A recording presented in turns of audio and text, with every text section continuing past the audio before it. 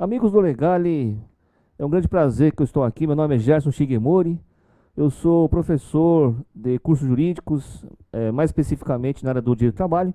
E é uma grande honra estar aqui com vocês hoje para dar início a uma série de cursos que nós denominamos como Noções de Direito Material do Trabalho para profissionais do RH. O Legale percebeu que existe aí uma necessidade dos profissionais do RH de se aprimorar um pouquinho mais no tocante à parte material do direito do trabalho. E com esse objetivo, nós estamos aqui elaborando vários cursos conceituais voltados para essa matéria. Eu sou advogado, milito há 25 anos na advocacia trabalhista e vamos aqui abordar alguns temas sucintamente, resumidamente.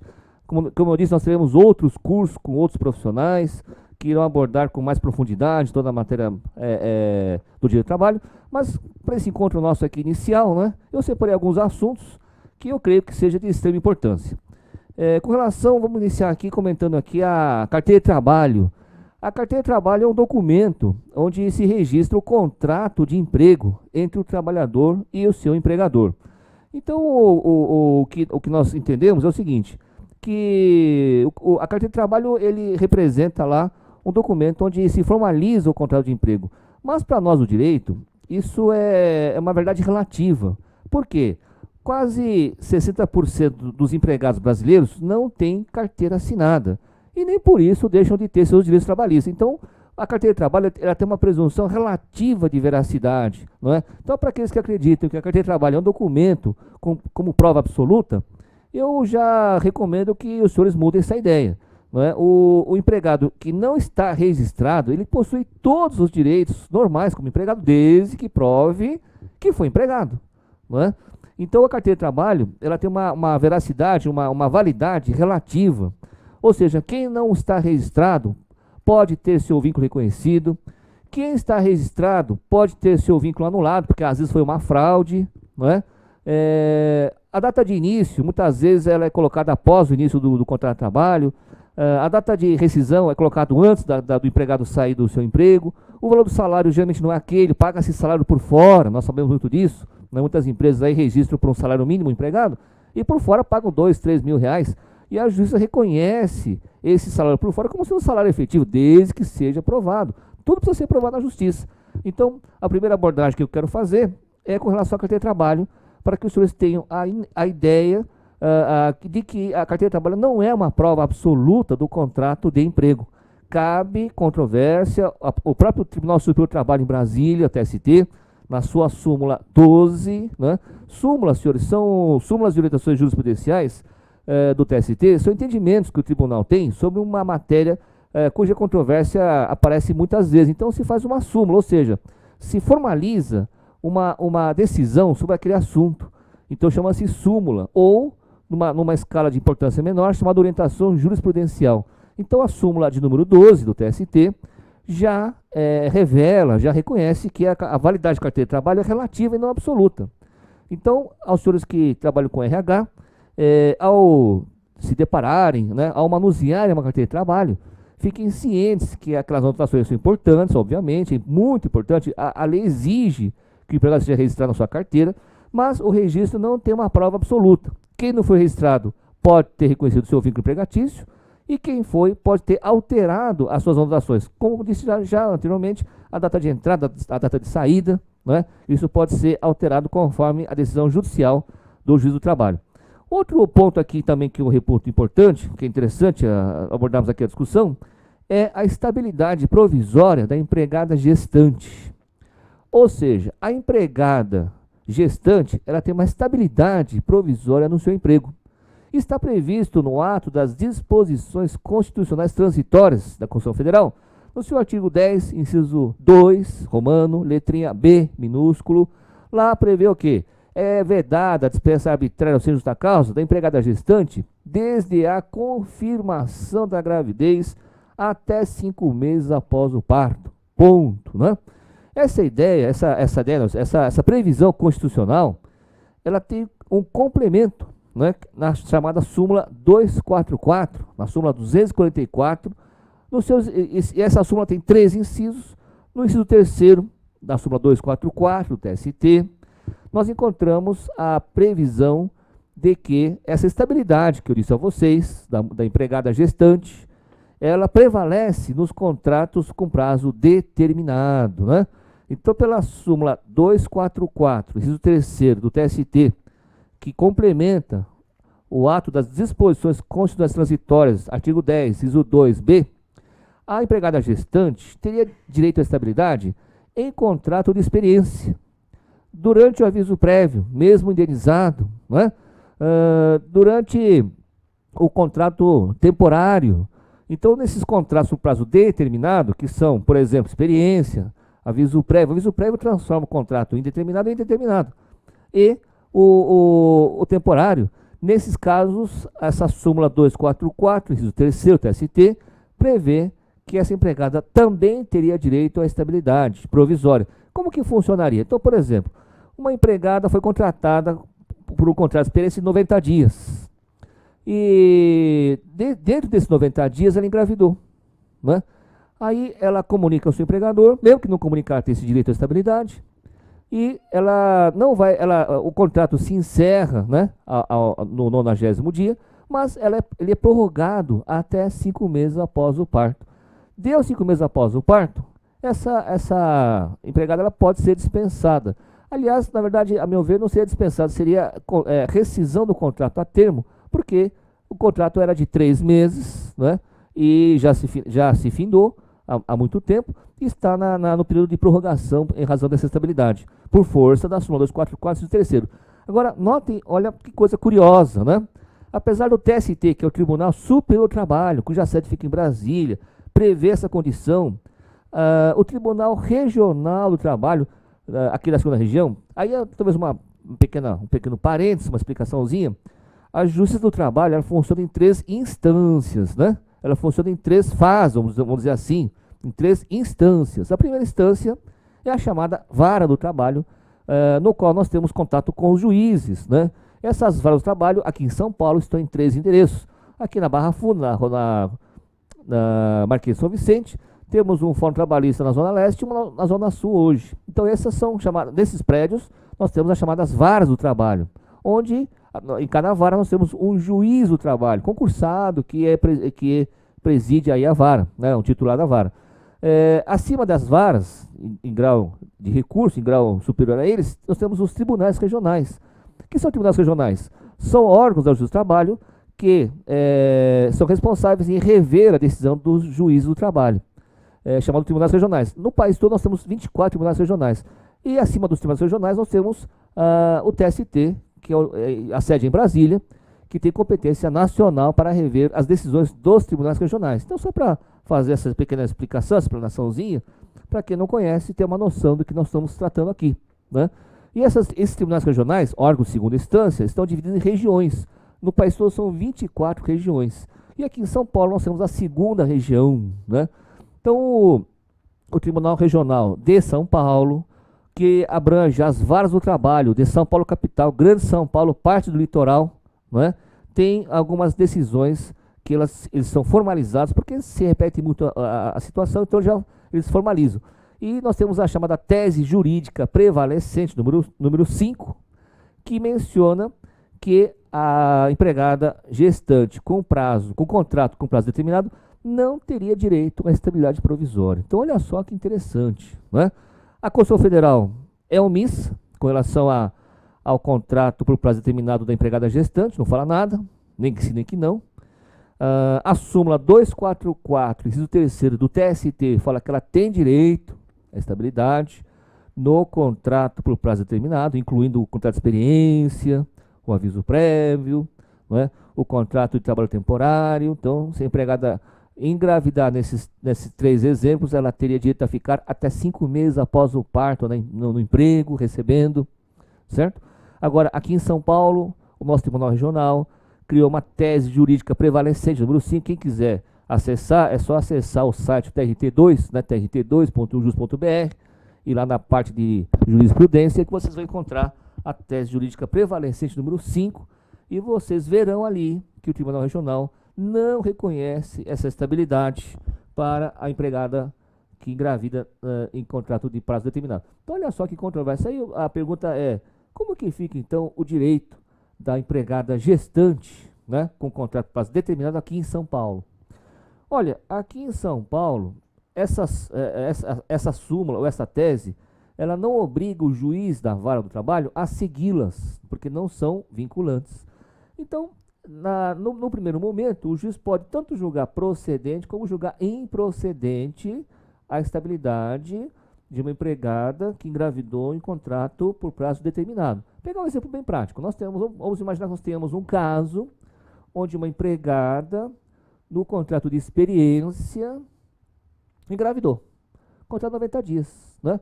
Contrato 90 dias, ela no 60º dia, ela comunicou ao empregador, olha, estou grávida. O empregador falou, olha, parabéns, né? Mas como a senhora está no contrato de experiência, no 90º dia a senhora será dispensada. E ela foi dispensada, então, no término do aviso prévio, do contrato de experiência, desculpe, no término do contrato de experiência. Ela contratou um advogado, o advogado ingressou com uma ação pedindo a reintegração dessa empregada ao emprego e pagamento do período afastado. Essa ação foi distribuída, foi direcionada, foi endereçada a um dos juízes da Vara do Trabalho aqui de São Paulo. O juiz da Vara do Trabalho de São Paulo pode decidir que sim ou que não, depende da convicção dele. Se decidir que é devido, é procedente o pedido, essa empregada vai ser reintegrada ao emprego e receberá todo o período afastado. Se entender que não, ela continua demitida, né, e a situação não se modificou. Quem não estiver satisfeito com a decisão do juiz da vara, pode recorrer ao Tribunal Regional.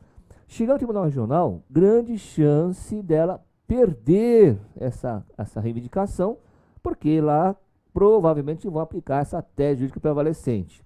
Agora, se ela recorrer ao TST, grande chance dela ganhar, ou a decisão seria de procedência do TST por aplicação da súmula 244, terceiro do TST. Então, os senhores vejam aí como que é polêmico essa discussão aí da estabilidade da empregada gestante em contrato por prazo determinado. Olha só que coisa polêmica.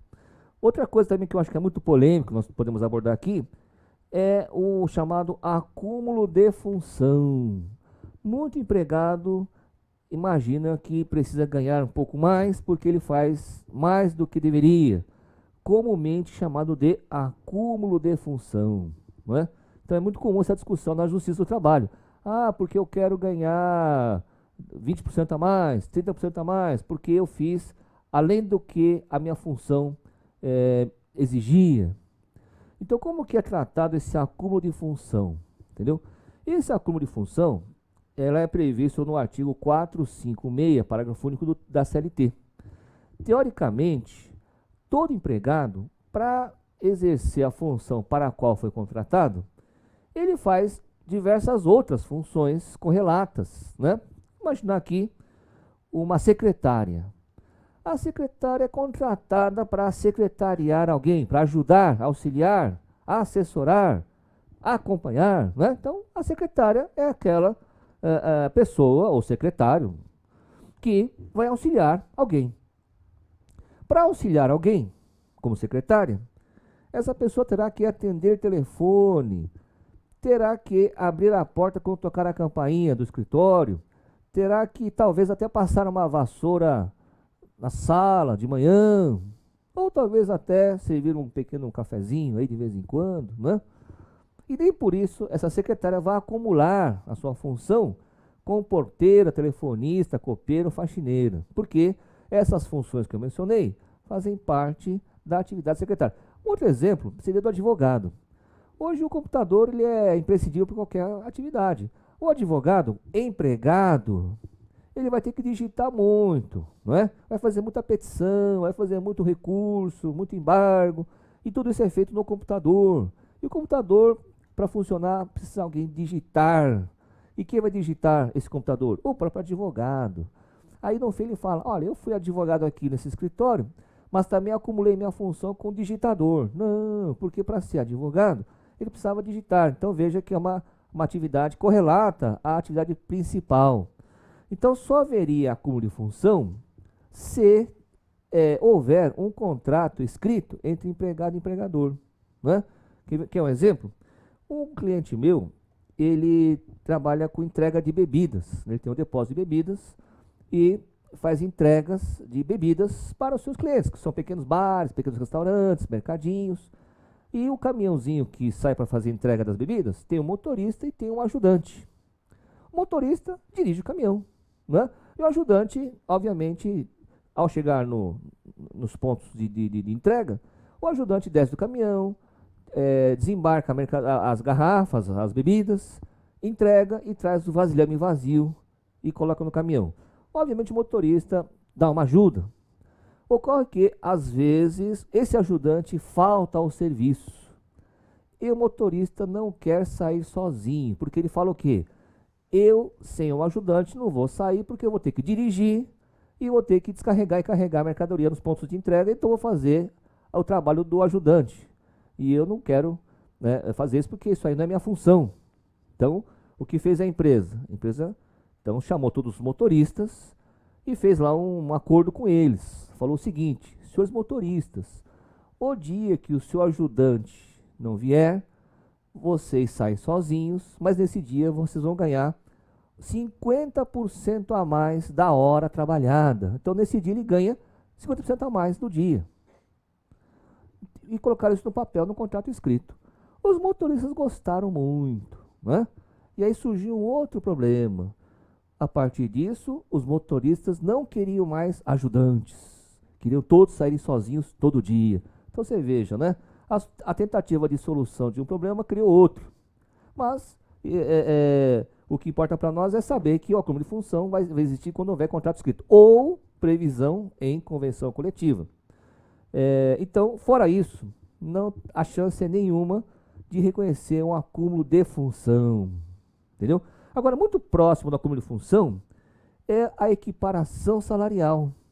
Quando um empregado faz a função do outro, que ganha mais. Não é? Então, aí chama-se acúmulo de equiparação salarial. O acúmulo de função, quando o empregado, por força de convenção coletiva ou contrato escrito, ele exerce uma atividade a mais do que deveria. Mas isso dentro dessa previsão que eu falei, contrato escrito ou convenção. Agora, parecido com isso, a equiparação. Isso é uma situação um pouco diferente, mas muito parecida com o primeiro, onde o empregado faz o trabalho do outro e ganha mais. Tipo, o subgerente faz o trabalho do gerente. Então, eu teria direito à diferença salarial. Outra situação muito parecida é o salário substituição. O gerente saiu de férias e eu fiquei no lugar do gerente durante as férias dele. Durante as férias dele, eu tenho direito a ganhar o salário dele, ou seja, a diferença entre o meu salário e o dele. Isso é chamado de salário substituição. E, muito também parecido com isso, o chamado reenquadramento, quando a empresa possui um quadro de carreira organizado e não respeita o próprio quadro de carreira.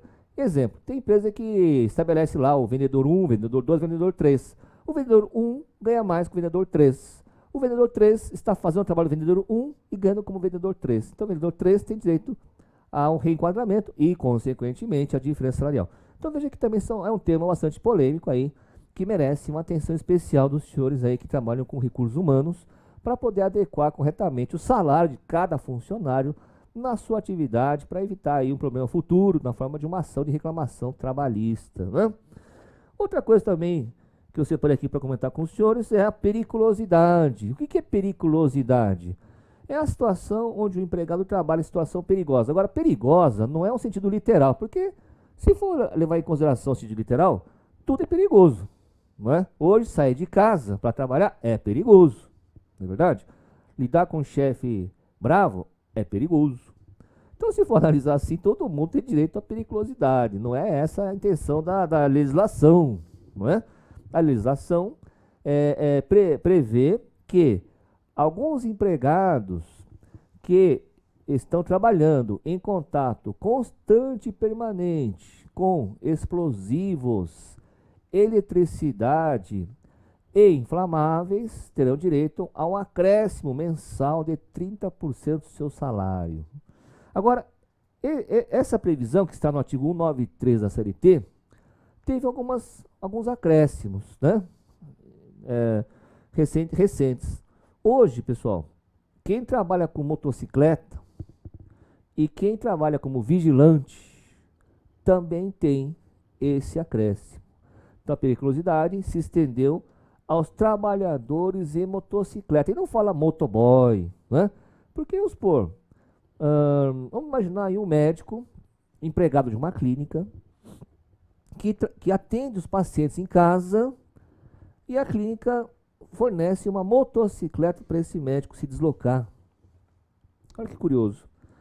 Eu entendo que esse médico, por usar a motocicleta da empresa, e aí até estendendo aí o entendimento, a própria motocicleta, talvez, para trabalhar, teria direito, né, teoricamente, a um acréscimo de 30% do seu salário a título de periculosidade, né? Então aí também uma situação bastante interessante. Outra coisa também, outro assunto, o aviso prévio proporcional, previsto aí na Lei 12.506 de 2011, né? Então esse aviso proporcional, o que que é isso? O empregado demitido sem justa causa terá direito a 3 dias para cada ano trabalhado a título de aviso prévio proporcional. Então também, muito importante, não se esquecer disso, né? Agora, o empregado que pede demissão ou é demitido por justa causa, não tem esse direito. Aliás, não tem direito ao aviso prévio e alguns outros também. Outro assunto também recente, merece atenção nossa nesse momento, a lei da empregada doméstica, né? Em junho do ano passado, 2015, foi promulgado a Lei Complementar 150, que regulamenta o direito dos empregados domésticos, da famosa doméstica. Vale a pena dar uma olhadinha nesta lei, não é? Que trouxe vários direitos à empregada doméstica. Então, você aí que tem uma empregada doméstica ou que administra um contrato de empregado doméstico, tem que conhecer a Lei Complementar 150, sob pena de estar agindo irregularmente, não é? Aqui até eu separei aqui uma previsão do artigo 1º dessa lei, que fala que é proibido o trabalho de menor de idade como doméstico. Então, menor de idade, menor de 18 anos, não pode trabalhar como doméstico, né? E nós temos aqui no nosso país muitos exemplos de empregadores que, a título de ajudar aquele menor, aquela menor que mora no interior do estado, né, que tem uma condição financeira precária, pessoas pobres, humildes, então chega lá o cidadão e fala: vou pegar essa menina aqui, levar para minha casa, ela vai trabalhar comigo como doméstica, não é, para que ela tenha uma condição melhor de vida. Isso é discutível, muito discutível. Essas crianças ou adolescentes passam a ser verdadeiros aí, né, verdadeiras pessoas exploradas por pessoas irresponsáveis que acabam contratando aí atividade doméstica menores. Hoje isso é proibido.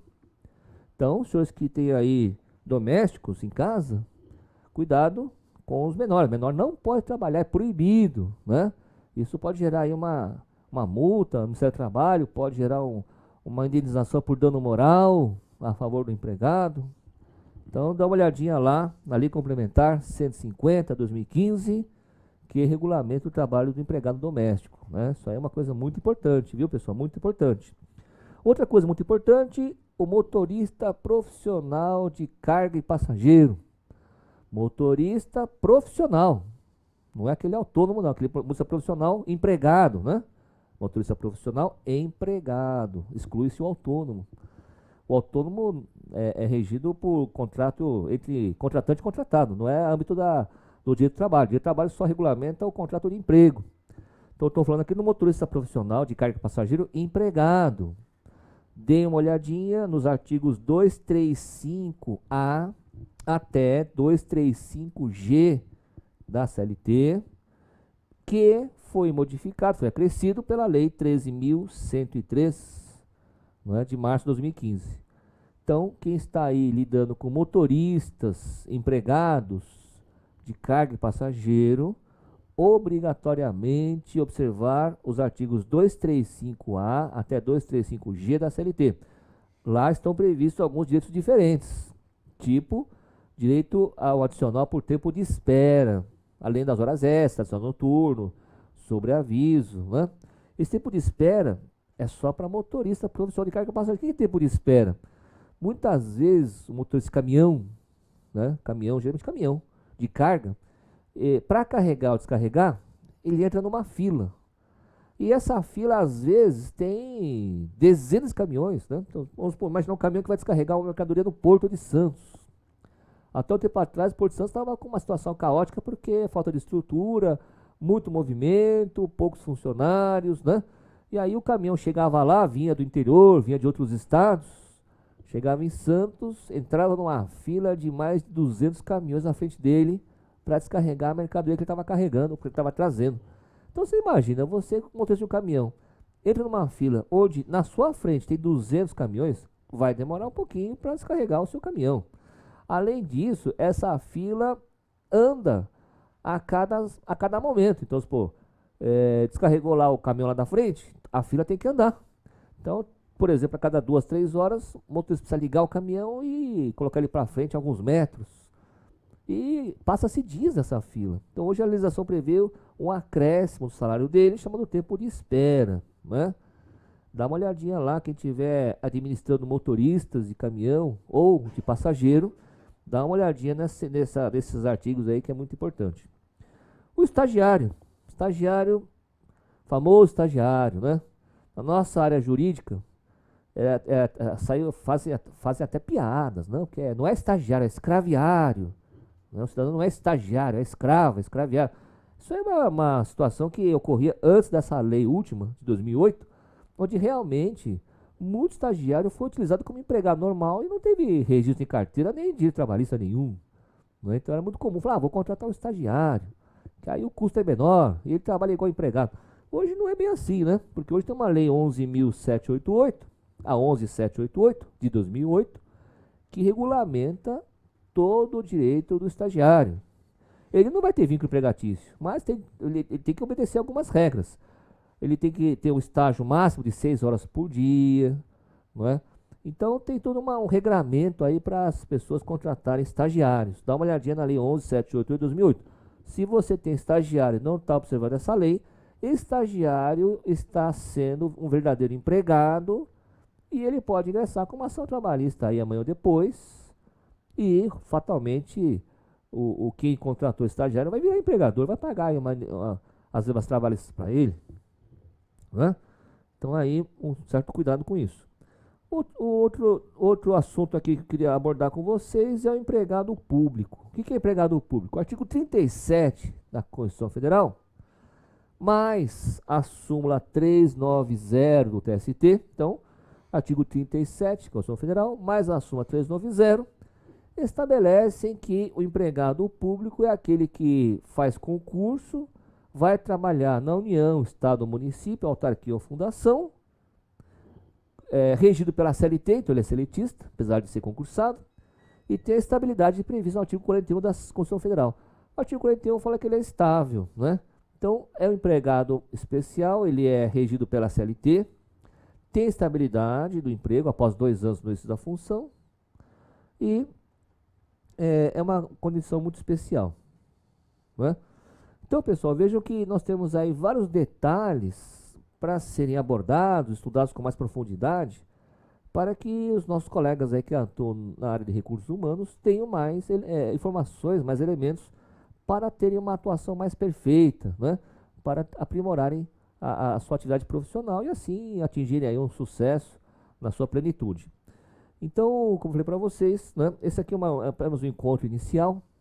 Nós estamos dando início a uma série de palestras, cursos voltados à parte conceitual, material do direito do trabalho, especificamente a você, colega, que lida com recursos humanos, né? Eu espero que tenha sido útil aqui nosso pequeno encontro, tá certo? Aguardo vocês nas próximas oportunidades. Fico muito agradecido por esse momento e pela atenção. Agradeço profundamente. Obrigado, um abraço a todos vocês.